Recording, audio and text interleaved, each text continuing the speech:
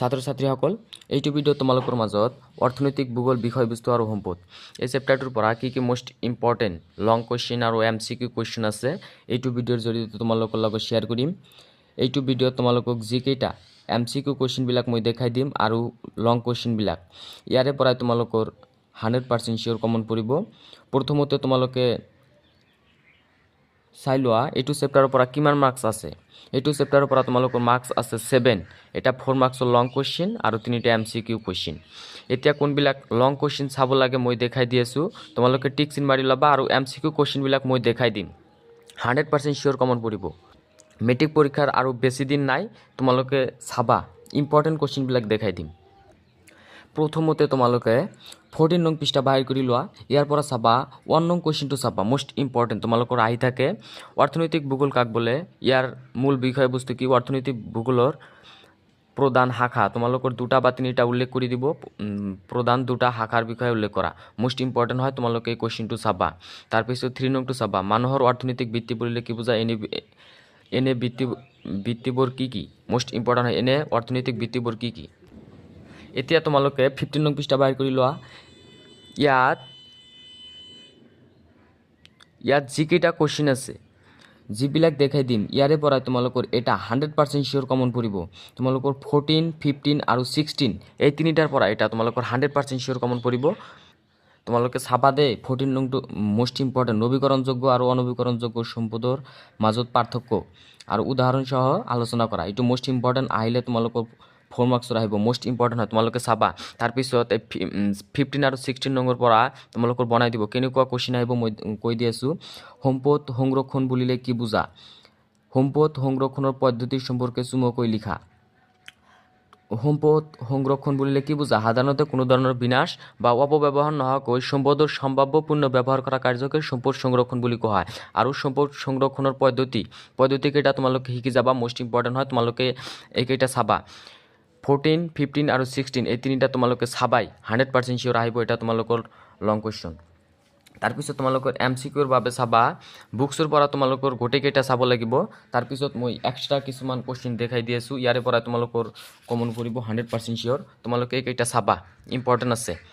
20 number ক, খ, ঘ অংগনকটো চাবা। তাৰপিছত মই দেখাই দি আছোঁ MCQ বুকৰ পৰা কোনবিলাক ইম্পৰ্টেণ্ট MCQ কুৱেশ্যন আছে। তোমালোকে 1 নংটো চাবা, কাক আধুনিক ভূগোলৰ পিতৃস্বৰূপ বুলি গণ্য কৰা হয়। জৰ্জ চি জহাম মোষ্ট ইম্পৰ্টেণ্ট হয়। তাৰপিছত কৃষি কাৰ্য কোনটো বৃত্তি, তোমালোকৰ যি বৃত্তি আছে বৃত্তিবোৰৰ কৃষি কাৰ্য কোনটো বৃত্তি হয়, মোষ্ট ইম্পৰ্টেণ্ট হয়, তোমালোকৰ বৃত্তিৰ পৰা MCQ কুৱেশ্যন আহে 100%। তাৰপিছত এইটো হ'ব প্ৰাথমিক বৃত্তি। তাৰপিছত 3 নংটো চাবা বিভিন্ন নিৰ্মাণ তথা পুনৰ নিৰ্মাণ কাৰ্য কোনটো বৃত্তি, এইটো হ'ব দ্বিতীয় বৃত্তি। তাৰপিছত 5 নংটো চাবা 7 নংটো চাবা কৃষি ভূগোলত কাৰ এটি অন্যতম শাখা, মোষ্ট ইম্পৰ্টেণ্ট হয়, তোমালোকে চাবা অৰ্থনৈতিক ভূগোলত। তাৰপিছত 8 নংটো চাবা মানুহৰ জীৱন ধাৰণৰ বাবে প্ৰয়োজনীয় সকলোবোৰ সম্পদক কি বোলা হয়, সম্পদ। জীৱন ধাৰণৰ বাবে সকলোবোৰ প্ৰয়োজনীয় বস্তুক বোলা হয় সম্পদ। চাবা দেই, যিবিলাক দেখি দিছোঁ কমন পৰিব, তোমালোকৰ বেছি দিন নাই, এতিয়া তোমালোকে জাষ্ট চোৱা, মোষ্ট ইম্পৰ্টেণ্ট হয়। আৰু তোমালোকৰ লং কুৱেশ্যনবিলাক 14, 15 আৰু 16টো চাবাই।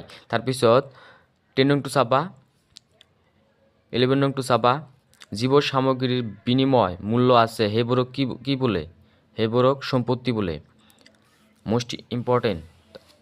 13 নংটো চাবা, 14 নংটো চাবা অৰণ্য কোন বিধৰ সম্পদ, মোষ্ট ইম্পৰ্টেণ্ট নৱীকৰণযোগ্য। 15 নংটো চাবা IUCN কিমান চনত প্ৰতিষ্ঠা হৈছিল, 1948 চনত, তোমালোকে চনটো চাবা আহি থাকে।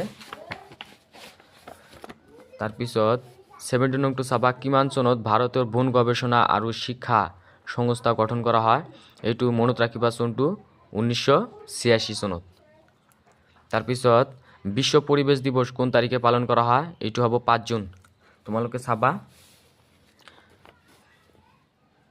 21 নংটো চাবা কোনটো মানৱ শ্ৰেষ্ঠ সম্পদ, পেট্ৰল, তোমালোকৰ 4টা অপশ্যন দিয়া থাকিব, পেট্ৰল যিটো হ'ব এইটো ৰাইট এনচাৰ হ'ব। তাৰপিছত 23 নংটো চাবা কোনটো সম্পদৰ বৈশিষ্ট্য, সম্পদৰ বৈশিষ্ট্য কেইটা মনত ৰাখিবা দেই, এইবিলাক কুৱেশ্যন আহি থাকে। উপকাৰিতা এইবিলাক তোমালোকৰ কনফিউজন কৰিব, তোমালোকে চাবা। এইটো ভিডিঅ'ত তোমালোকক যিকেইটা কুৱেশ্যন দেখুৱাই দিলোঁ MCQ আৰু লং কুৱেশ্যন 100% চিয়'ৰ তোমালোকৰ মেট্ৰিক পৰীক্ষাত কমন পৰিব। নপৰিলে মোক কমেণ্ট কৰি ক'বা, 100% চিয়'ৰ কমন পৰিবই। যদি তোমালোকৰ নেক্সট চেপ্টাৰৰ নেক্সট ভিডিঅ' লাগে মোক কমেণ্ট কৰি ক'লে হ'ল, ভিডিঅ'ৰ মাধ্যমত মই তোমালোকক ভিডিঅ' দিবলৈ চেষ্টা কৰিম। 100% চিয়'ৰ কমন পৰিব দেই। যদি তোমালোকে মোৰ চেনেলত প্ৰথমবাৰৰ বাবে চেনেলটো ছাবস্ক্ৰাইব কৰিবা।